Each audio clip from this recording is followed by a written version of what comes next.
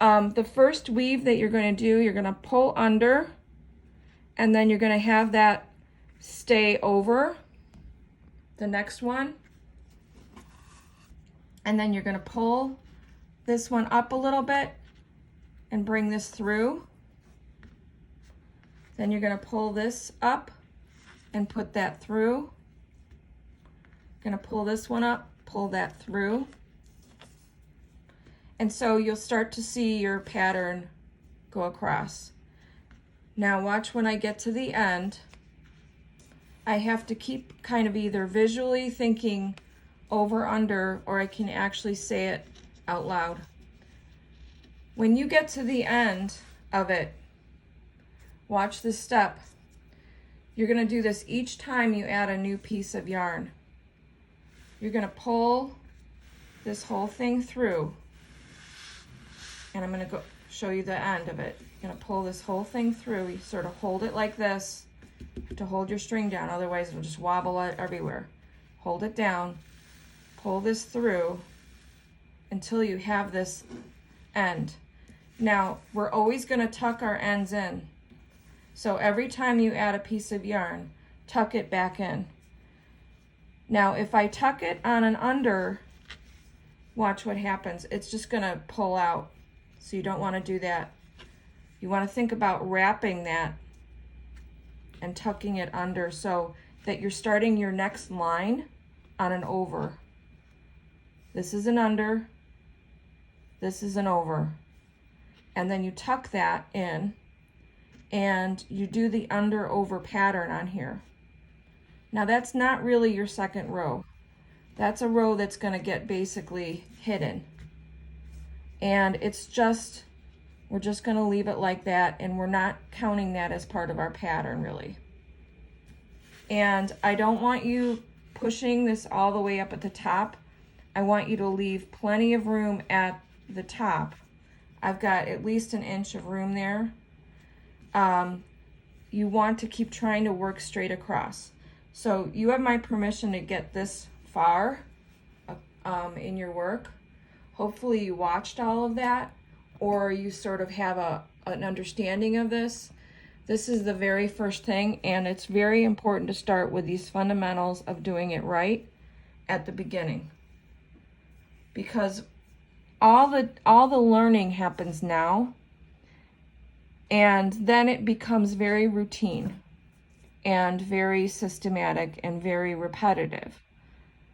So I'm just gonna say a couple reminders. Remember to, when you get a new piece of yarn, pull it all the way to the end, leave a tail, and tuck that tail in as its own little weaving. So look up to the next step. The next step is, maybe you're on your left side, maybe you're on the right side, but you should have that long piece here, and it's just sort of hanging. It's always going to hang on one side until you get to the other. So your next row, many of you have already figured this out. This is going to be an over, and I can just see because this is going over. So this one has to be, it went under. This last row was under, so this row is going to be over. Now you watch how I'm going to do this, because I'm going to go a little faster. You'll get faster and faster, and then I'm going to show you how, if I add this little guy on my string, if I add him on there, it might be easier if you hold this. This might be easier for you to hold it and bring it through than holding that piece of yarn, especially if you've got bigger, clumsier hands. It's going to be easier to hold this. You have to hold it pretty tight so it doesn't slip out, but this is like a pretend needle.